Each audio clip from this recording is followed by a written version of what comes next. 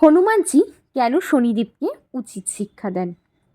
একবার হনুমানজি আপন মনে কলা খাচ্ছিলেন। তখন শনিদেব সেখানে উপস্থিত হয়ে হনুমানজিকে বলেন, আপনার মজা করার দিন শেষ, এখন আমি আপনার ভিতর প্রবেশ করব। হনুমানজি নম্রভাবে বলেন, আমার প্রতিটি শিরায় শিরায় ভগবান রাম বাস করেন, সেখানে কোনো ফাঁকা স্থান নেই। শনিদেব ক্ষণিক অহংকার করে বলেন, মনে হয় তুমি আমার সাড়ে সাতির প্রকোপ সম্পর্কে জ্ঞাত নও। সাড়ে সাতির প্রথম 2.5 বছর আমি মানুষের পায়ে অবস্থান করে তাকে দিকভ্রষ্ট করে খারাপ পথে চালনা করি। তার পরের 2.5 বছর মস্তকে প্রবেশ করে বুদ্ধিভ্রষ্ট করেছি।